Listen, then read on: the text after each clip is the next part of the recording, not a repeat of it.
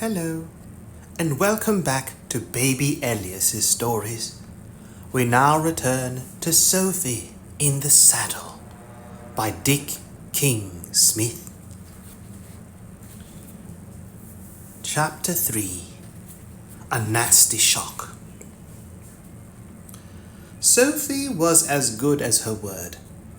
In the summer term, the school children went once a week to the local swimming baths, and by half-term, Sophie had swum a width. She was not a graceful swimmer like Matthew and Mark, who could do a flashy crawl. Both twins were fast runners, winning all their races at the school sports, and swimming for them was just another form of racing. Sophie, by contrast, sploshed along, using a stroke much like Puddle's, but she kept doggedly on, blowing like a grampus, determined not to give up. Just before the end of term, she swam a length of the baths. She came out of school with a big grin on her face. "You look pleased with yourself," her mother said.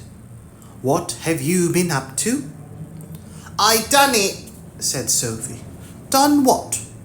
"I mean, did what?"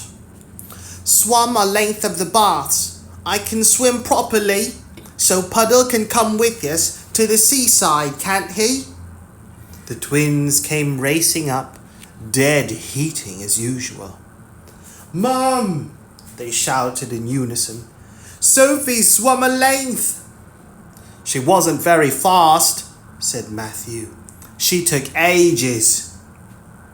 "But she kept going," said Mark. "And she never put her feet down on the bottom once." "Course not," said Sophie.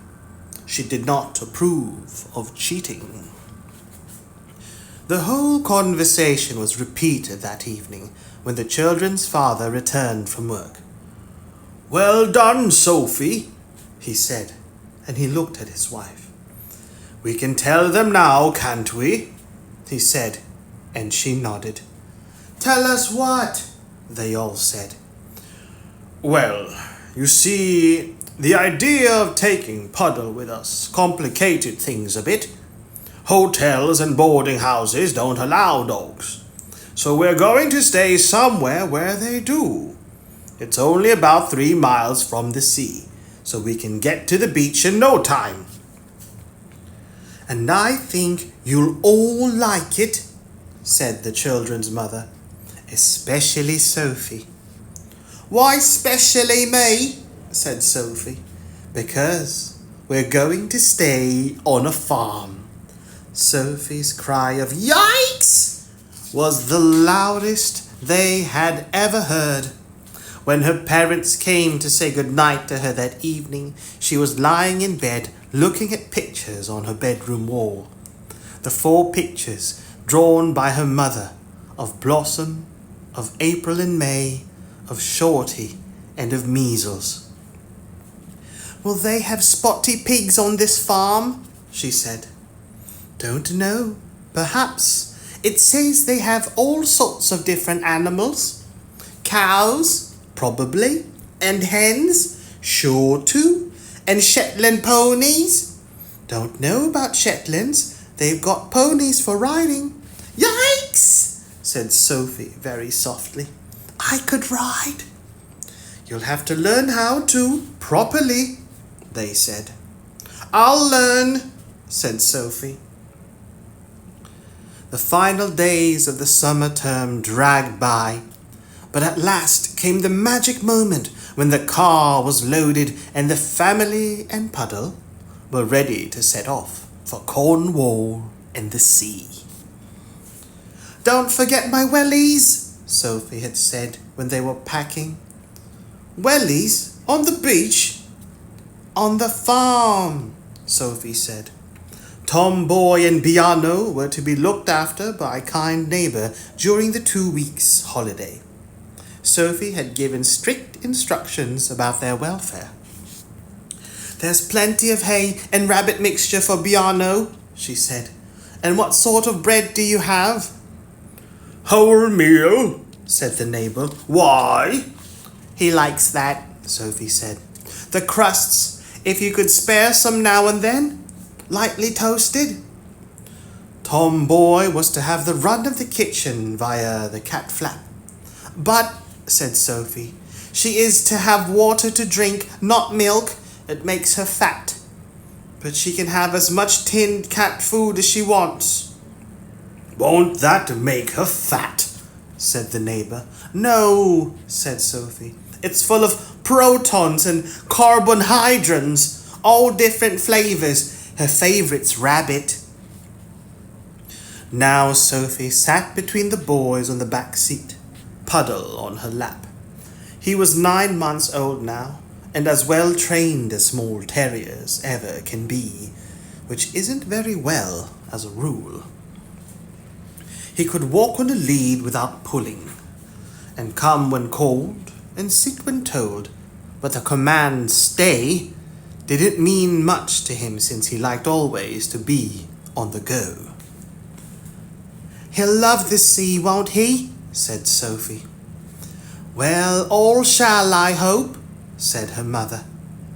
Especially if this fine weather keeps up. Let's just hope it doesn't rain.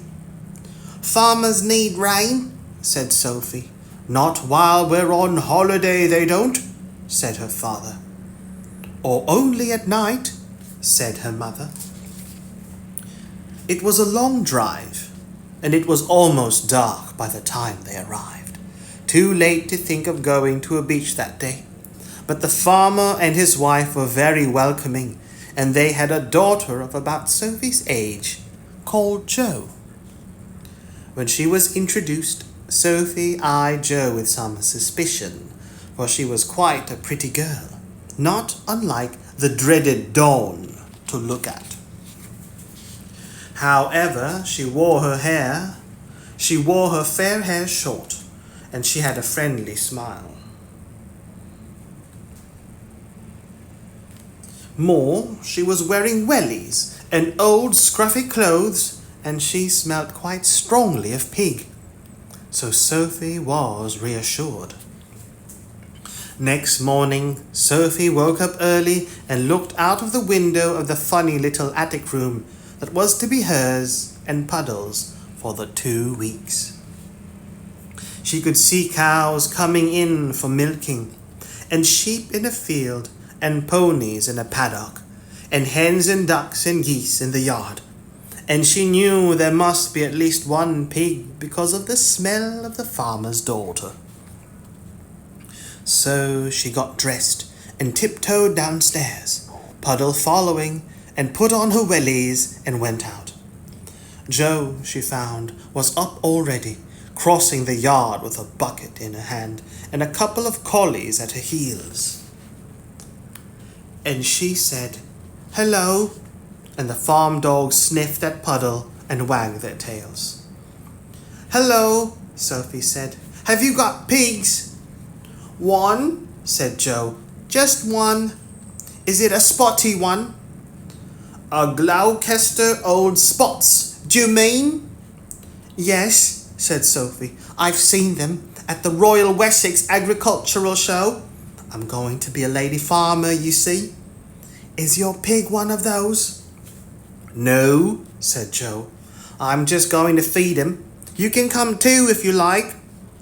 So Sophie plodded after her till they came to an old-fashioned brick-built pigsty. And there was the oddest-looking pig she had ever seen. It was a dirty blackish colour and very fat, with very short legs and a short wrinkled neck and a huge stomach that almost brushed the ground. "Yikes!" said Sophie. "Whatever sort is that?" "He's a Vietnamese pot-bellied pig," said Jo. "He's my special pet. My dad thought up a special Vietnamese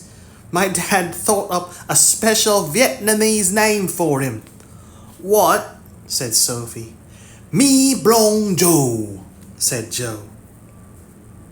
Sophie, now also smelling of pig, ate an enormous breakfast, and then the family piled into the car and set off for the sea. The beach was wide and sandy, with rocks to climb and pools to paddle in, and the sea was calm, and there weren't too many people about, and the sun shone in a cloudless sky. They all swam, including Puddle, of course, and it was easier in the sea, Sophie found. Matthew and Mark went off with a football, and in no time at all they had found some other boys and started a game. And Sophie's mum and dad lay in the sun. Sophie made a sand castle, except that it was really a sand farmhouse, with a sand cow shed and a sand pigsty, and altogether everything was lovely. "Happy, Sophie?" they said, and Sophie nodded. "I am," she thought. "I like being on the beach and bathing, and I like my little bedroom, and Joe, she's all right, and me Blong Joe, he's mega, and I don't see what could spoil this holiday." She got up from her building and called Puddle. "I'm going for a walk along the beach," she said, "to get some shells." "Not too far," they said. "Not out of our sight." "Okay," Sophie said. She had not gone far when she came to a biggish rock that stuck up in the beach. Some people were sitting on the far side of this rock, a mother and father and a girl, and as Sophie approached, the girl got up and ran down towards the water. She was a long-legged girl in a bright pink bathing dress, and her golden hair was done in bunches, tied with a green ribbon. It was dawn.